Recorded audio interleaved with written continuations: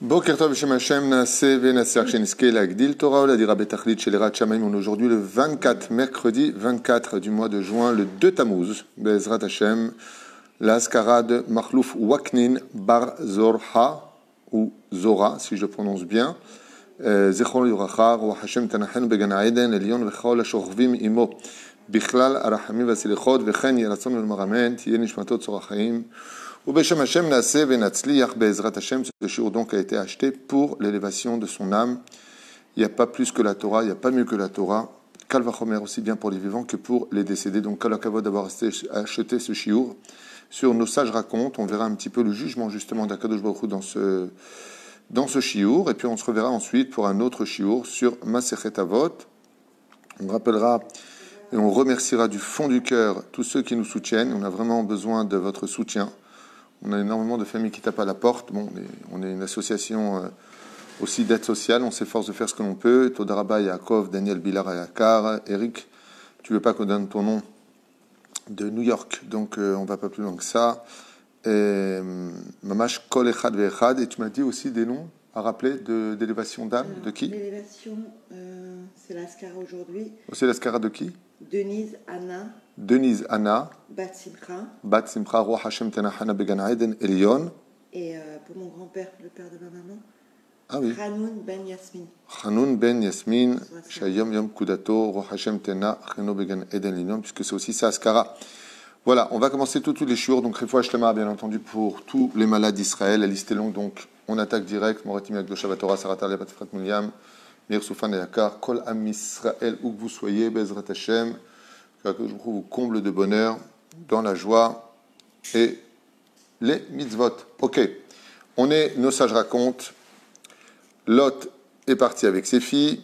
On reviendra sur ce sujet ultérieurement. On a Sodome et Gomorrhe qui va être détruit. Alors comment cela se passe dans le ciel et comment cela s'est passé dans les réactions des habitants de Sodome et Gomorrhe? On est toujours avec cet épisode incroyable de la destruction de 5 villes qui vont disparaître en l'espace d'un seul instant. Alors qu'est-ce qui s'est passé exactement dans le ciel pour qu'on ait le jugement? La Gemara dans Masechet Ta'anit, Bedaf Kaf Amud Bet, nous dit que Akadosh Baruch Hu, avant d'envoyer un coup, avant de punir, avant de faire justice, il envoie toujours des signes.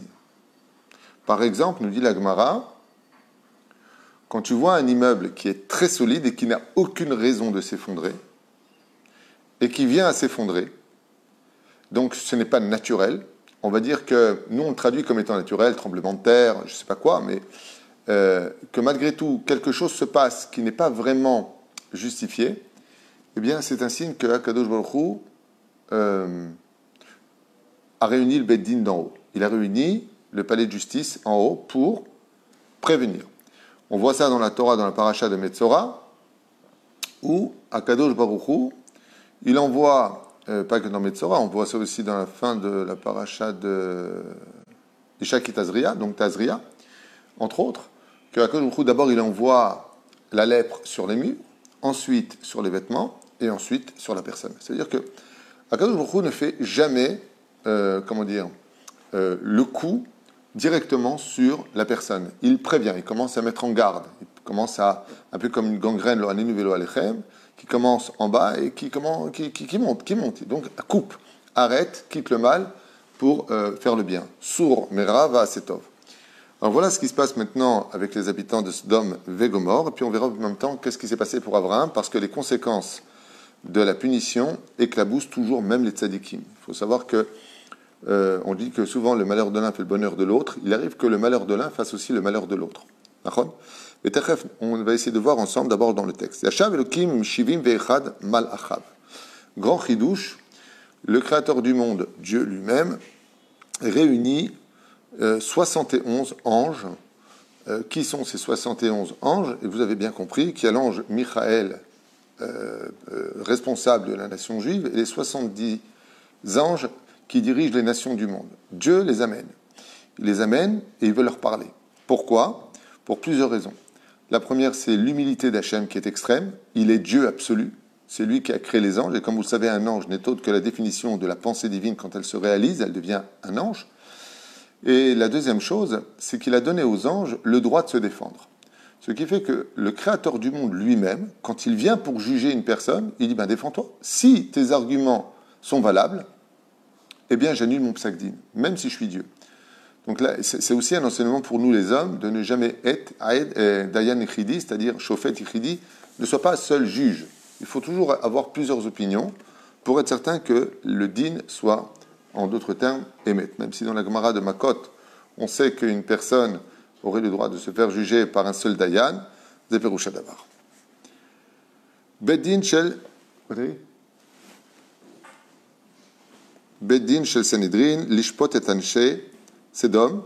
Donc, afin, malgré le fait que le cri de Hidith soit monté jusqu'au trône divin, que le Créateur du monde a déclaré la destruction de ces villes, malgré tout, le Créateur du monde prévient les Shivim Umot Haolam, Baruch Haba. Il prévient les 71 nations pour avoir leur approbation. Azerdush Namasar Elef Malaché Chabala Leashrit et Sedom. Et combien sont donc descendus d'anges pour détruire ces villes de débauche? Shnem Asar Elef. 12 000 anges. Mais pas n'importe lesquels, les Malaché Chabala. Les Mashritim. Ce sont 12 000 démons, et non pas réellement des anges, qui sont descendus vers Malach Kemuel, dont un qui sera les responsables de tous ces anges-là. Donc regardez bien de quoi est-ce qu'on parle. Selon le Midrash, on nous parle de hiérarchie. Qui est le général de ces 12 000 démons qui descendront, donc anges, mais qu'on appelle les Mashritim? Kemuel. Son nom, c'est Kemuel.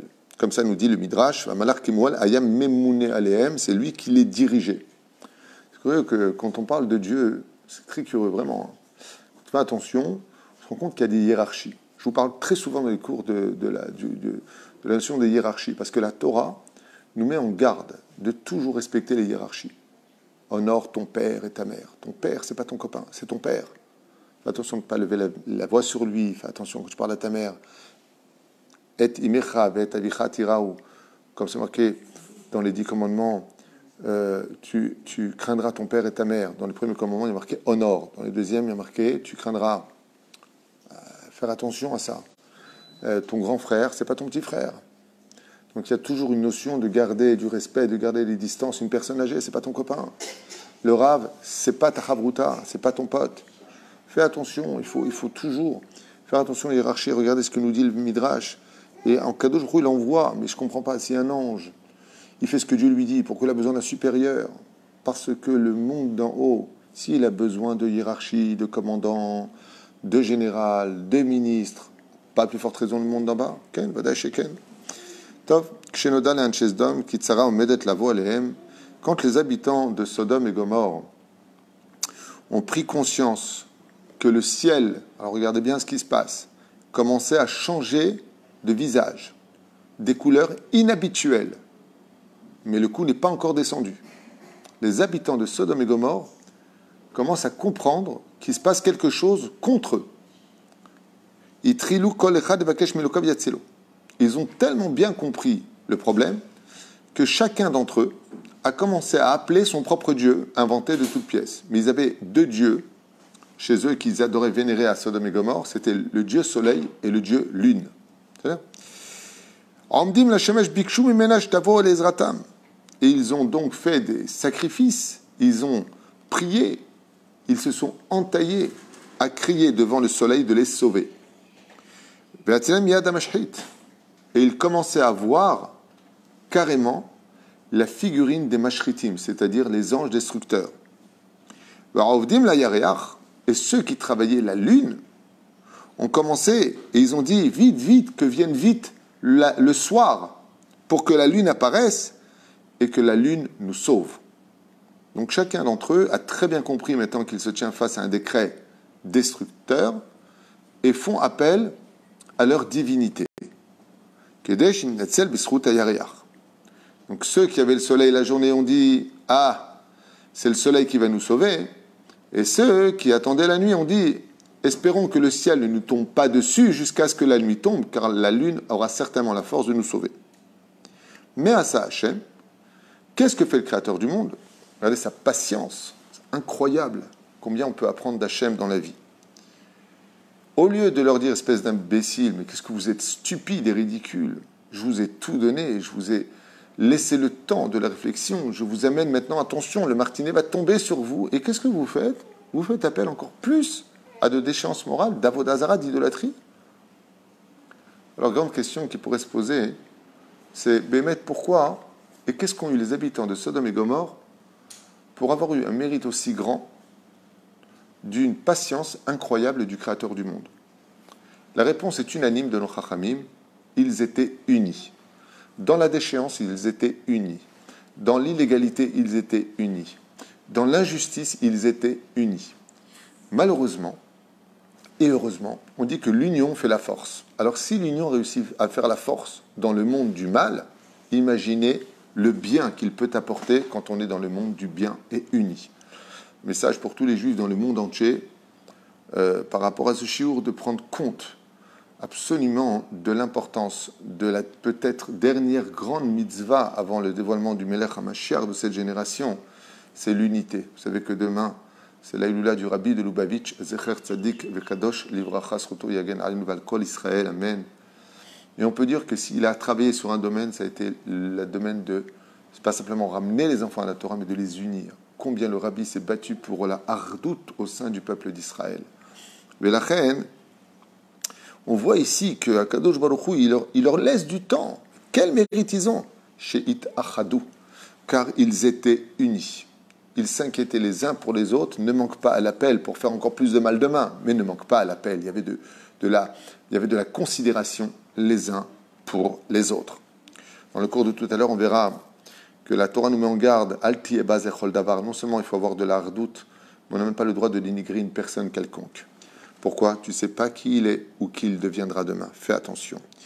Tov, qu'est-ce qui se passe? Miten ve'ilay la gadol, kedeshinatzel b'schut hayareach. Ma'asa Hashem, qu'est-ce qu'il a fait Boré Olam? Ksheim tir alehem esh gofrit, quand il a commencé à préparer cette espèce de substance d'eau bouillante avec du sel et du soufre. Be'oto rega amdu b'shamim gam shemesh ve'gam yareach. Qu'est-ce qu'il a fait Hashem? Il a fait un miracle. Il a réuni aussi bien le soleil et la lune, briller les deux en même temps dans cette même journée. Les deux astres se sont prononcés. Ke'echad. Ve'ra'u avdim lahem she'en bekocham la'atzilam. Alors, la réponse du Midrash est claire. Pourquoi Dieu il a fait ça? Il y a deux raisons qui nous sont données. Une dans ce Midrash ici présent dans mon livre et dans un autre Midrash. Qui dit que Akadosh Baruch Hu, il a fait quelque chose qui n'était vraiment pas naturel. On peut changer beaucoup de choses sur Terre avec le modernisme, mais tout ce qui touche au ciel, c'est pas dans nos forces. C'est pas dans nos moyens de pouvoir changer, par exemple, créer une journée qui soit belle. Imaginez qu'il y ait une pluie pas possible, tonnerre, et on dit, tiens, on va changer ça maintenant, on va appuyer sur un bouton, il va faire beau. C'est pas dans nos forces à nous. C'est au-dessus de nous. Donc, il n'y a plus d'excuses. Qu'est-ce que fait Hachem? Le premier Midrash nous dit, afin que peut-être ils prendront sur eux de faire teshuva avant le coup fatal, peut-être. Il va réunir le soleil et la lune, briller au maximum de son potentiel, pour leur montrer que Dieu a tout entre ses mains, qu'il ferait mieux d'arrêter leurs bêtises, car quand Dieu n'est pas d'accord, on a intérêt à nous plier à sa volonté. Ou par sagesse, ou par douleur. À nous de choisir le chemin. Deuxième explication de notre Midrash ici présent. Puisque vous avez appelé vos dieux, le soleil et la lune, à essayer de vous sauver, les voici devant vous. Et là, les habitants de Sodome et Gomorrhe ont totalement perdu leur émouna. Parce qu'ils se sont rendus compte ils sont présents maintenant, ils hurlent, mais le ciel ne cesse de changer de couleur hostile, et ils comprennent qu'ils sont foutus. On a vu ça avec Pharaon dans la première plaie d'Égypte, où il disait que tant que le Nil serait là, dans sa transparence, eh bien, rien ne pourrait leur arriver du ciel. Première plaie d'Égypte, le sang. Le Nil s'est investi non pas de couleur pourpre, non pas d'une substance sablée rouge, non pas de je ne sais pas quoi, mais c'était réellement du goût de sang. C'est-à-dire que les Chachamim nous disent que celui qui avait, l'Égyptien, pris un verre du Nil ou de n'importe quel ruisseau à cette époque, de la première plaie, buvait vraiment du sang. On peut dire que le seul qui aurait été heureux à cette époque de la première plaie d'Égypte, ça aurait été les vampires. Quoi qu'il advienne, ici, eh bien, Akadosh Baruch Hu les met en garde d'un côté en disant regardez ce qui se passe, je vous ai réuni le soleil et la lune ensemble en pleine journée, les deux brillent très fort, vous voyez bien que ce n'est pas naturel, faites teshuva. Deuxièmement, comme l'enseigne la Gemara dans Masechet Makot, Bedaf Yud Amud Bet, Molichim et Adam lefi retzonotav. Nous emmenons l'homme selon sa volonté. Ça ne veut pas dire que c'est Dieu qui emmène l'homme, mais la volonté va créer des anges, explique le Maharsha sur cette Gemara, qui vont l'emmener là où il veut. Votre volonté, c'est d'appeler vos dieux, je vous les amène. Qui? Les anges les ont amenés. Mais pour leur faire comprendre qu'une fois que tu as tout essayé, peut-être qu'avant que le coup ne tombe, peut-être tu fais tes chouvas. Bezrat Hashem, qu'on retienne souvent qu'il faut savoir lire les signes quand ils viennent à nous, que des fois il y a des choses qui arrivent, il y a des décrets qui malheureusement peuvent venir sur nous, et on ne fait pas attention. On ne fait pas attention. On ne prête pas attention.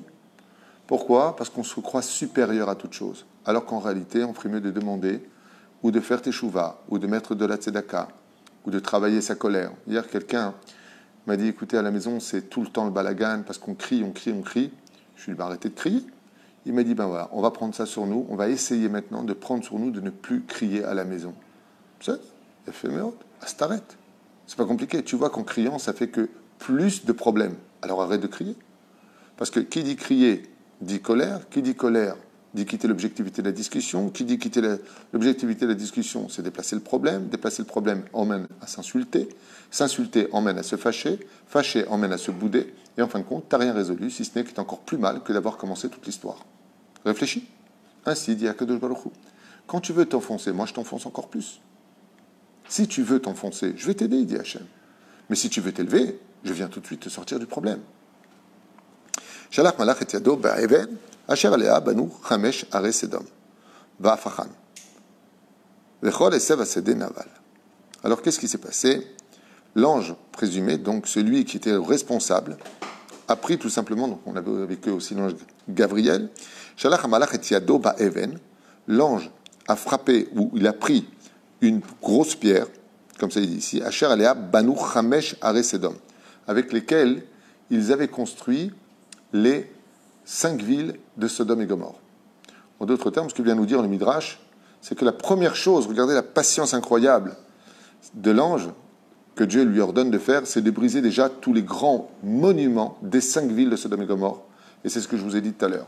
Dans Ta'anit Kaf Amud Bet, Chachamim nous dit, si tu vois un bâtiment qui est parfaitement construit, qui n'a aucune raison de s'effondrer, pas comme une ruine, et qu'elle s'effondre, fais très attention à ce qui va suivre. Ça veut dire qu'après ça, c'est toi qui prends. Et donc, qu'est-ce que fait Akadosh Baruch Hu? Il leur détruit leurs grands bâtiments, leurs grands monuments, qui sont on ne peut plus bien construits, avec toute la science de l'époque, pour leur faire comprendre que faites attention, c'est une ruine qui va tomber sur vous. Et malgré tout cela, Vafakam Kol Esev Asadeh, Naval, on fait la suite, comme Sodome et Gomorrhe étaient aussi beaux à ce qui paraît que le Gan Eden, nous dit la Gemara, toutes les fleurs et toute la verdure de ces 5 grandes villes s'est fanée et a commencé à noircir. Et d'un coup, les 5 villes sont devenues totalement désertiques. Les Zevet, et tout leur héritage, toute cette beauté est devenue, comme tu dirais, une espèce de boue noire. La Faram, les Gofrites, et elles se sont transformées en soufre. Un Gehinam, Yarda Esh, Vesarfa et Kol, ok, Erefaim, Nishrata Kolaïr. Et en un seul instant, le temps de faire un clin d'œil, toutes les 5 villes ont été totalement ensevelies, comme si qu'elles n'avaient jamais été créées et que jamais un habitant y ait déposé les pieds. Tout a disparu en un seul instant. Vous imaginez un petit peu la situation internationale, 5 villes des plus réputées, connues pour ses richesses, son injustice, sa débauche, disparaît en un seul instant, en pleine journée, alors que des milliers d'habitants, d'enfants, de femmes, de vieillards, tout le monde est parti en un clin d'œil. 3 survivants, Bessachakol, Lot et ses 2 filles. Pachad et Pachad, Elokim Nafad, Al-Kol Anashim, et une très très grande peur a envahi le cœur de tous les habitants du globe de la terre. Tout le monde a été au courant de la destruction du Dieu d'Abraham sur Sodome et Gomorrhe. Asher Shemou qui a far Hashem et Sedom. Et tout le monde a dit, mais qui est ce Dieu si puissant qui en un clin d'œil peut détruire une civilisation aussi rapidement? Quand le décret est lancé, quand la Midatadine se lance, alors Nigmar Asipour. Ovrim et Shavim Chadou la Avor Bezvivat Sedom. Et qui habitait juste à côté? Nachon? Qui? Avraham. Nachon? On a vu dans la paracha de Héra, Beloné Mamré, Eloné Mamré. Et juste surplombe d'une certaine façon les villes de Sodome et Gomorrhe. Mais comme ils ont tous entendu ce qui s'était passé, toutes les régions autour de Sodome et Gomorre s'étaient vidées de tous les habitants. Pourquoi? Parce qu'ils ont dit, waouh, il y a un proverbe qui dit dans le judaïsme, Oy les rachas ve'o les shreno, malheur aux rachats, les habitants de Sodome et Gomorre, et malheur aux voisins qui sont à côté. Ce qui fait qu'Abraham s'est retrouvé tout seul. Et vous savez que pour Abraham, la pire des choses qui soit, c'est de ne pas pouvoir accueillir les invités pour leur donner à boire, leur donner à manger et leur faire teshuva. Mais la reine, comme je vous l'ai dit tout à l'heure, cette situation des habitants de Sodome et Gomorre a touché fortement Abraham, qui ne pouvait plus du tout accomplir au même moment et pendant cette période dite prolongée, tout simplement, la mitzvah d'Achnasat Orchim. Ra Abraham ki ma'atu orchim beveto. Et plus que ça encore, les gens qui étaient dans sa propre maison sont aussi partis. Et ces gens se sont diminués. Et Abraham, en regardant toute sa fortune qui était incommensurable, a dit à Dieu, mais à quoi ça me sert d'être riche si je ne peux pas en faire profiter les autres? Pourquoi tout ça? Et Abraham est tombé pour la première fois dans une grande tristesse. Même Abraham était un homme. Shavuot Avrou. Et au bout de quelques semaines seulement, Ish lo avar bamakom. Il n'y avait plus personne qui passait aux alentours. Shera Abraham kach mier ve'azav bamakom va'alach el eretz negev. Abraham, quand il a vu ça, et que Dieu ne lui envoyait plus d'anges, plus d'invités, il a compris que Meshane Makom, Meshane Mazal. Celui qui change d'endroit, change de Mazal. Et il décida d'aller dans le Negev, sur le territoire à l'époque des Plishtim, et non pas les Palestiniens d'aujourd'hui, les Plishtim. Et Yashav Ba'ir Gerar, et là-bas il y avait une ville très civilisée, très réputée, avec un roi du nom de Avimelech, Abimelech si vous préférez. Et Abraham arrive dans cette ville de Gerar pour pouvoir s'y installer et y accomplir la mitzvah de Achnasat Orchim. On va s'arrêter là pour nos sages racontent, parce que la suite est très prenante, et donc elle serait longue, j'aimerais pas m'arrêter en plein milieu, puisque Abraham Avinu va se retrouver, une fois de plus, comme pour Pharaon, dans la même situation, de demander à Sarah de jouer le rôle de sa sœur, et Sarah devra annoncer à Abimelech, roi de Gerar, que Abraham est son frère.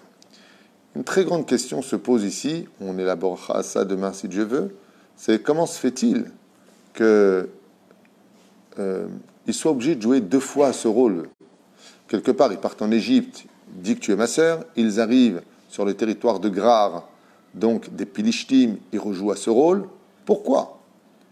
Réponse, car dans les plans divins, Dieu a besoin de faire la volonté d'Abraham, de faire connaître son nom, et avec les événements qui s'en suivront, on verra que Pharaon va goûter à la connaissance de Dieu par le biais d'Abraham et de Sarah pour l'histoire de frères et sœurs, et que Avimelech, roi de Gerar, roi très influent avec un général du nom de Pichol, qu'on verra plus tard, eh bien, vont faire connaissance avec le Dieu d'Abraham. Entre Sodome et Gomorre et entre tout ce qui se passe, on voit que Akadosh Baruch Hu Bémet se fait connaître par sa carte de visite, j'ai nommé Abraham et Sarah sur tous les territoires.